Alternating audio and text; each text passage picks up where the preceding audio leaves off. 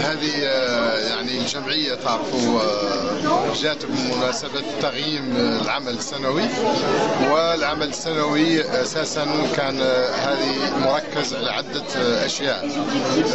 الأولى منها هو يعني تحريك الجسم الشعب الفرنسي على قضية الصحراء، أساسا على الحل اللي يضمن للشعب الصحراوي تقرير المصير. وهذه الجمعية يعني قامت بمجهود كبير تجاه هذا، تحريك المجتمع المدني وتحريك يعني السياسيين، الأحزاب السياسية والمنظمات في فرنسا. المسألة الثانية اللي كان عليها التركيز هذه السنة هي الثروات الطبيعية، وهذا كذلك كانوا مجهود يعني كبير من أجل تنديد يعني احتلال المغرب للصحراء الغربية، ويعني استنزاف الخيرات الطبيعية للشعب الصحراوي من خلال هذه الاتفاقيات اللي توقع الاتحاد الأوروبي مع المغرب.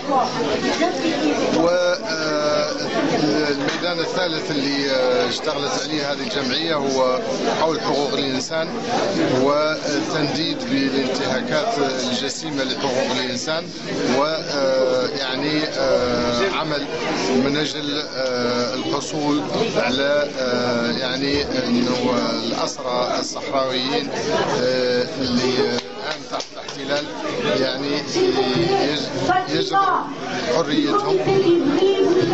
حريتهم، وكذلك كان عمل حول تنديد الربط اللي من المغرب في الصحراء الغربية، ربط من 2700 كيلومتر. الآن طرحنا خلال هذا التجمع التوجهات الأساسية لسنة 2014، وكذلك من أجل الحصول على تعميق العمل السياسي والعمل التضامني والمشاريع الإنسانية لدعم الشعب الصحراوي في مخيمات اللاجئين وفي المناطق المحررة، وكذلك التركيز على التضامن كافة المجالات مع شعبنا في المناطق المحتلة في الميادين، سواء كان السياسي والاجتماعي والاقتصادي خلال هذه سنة 2014.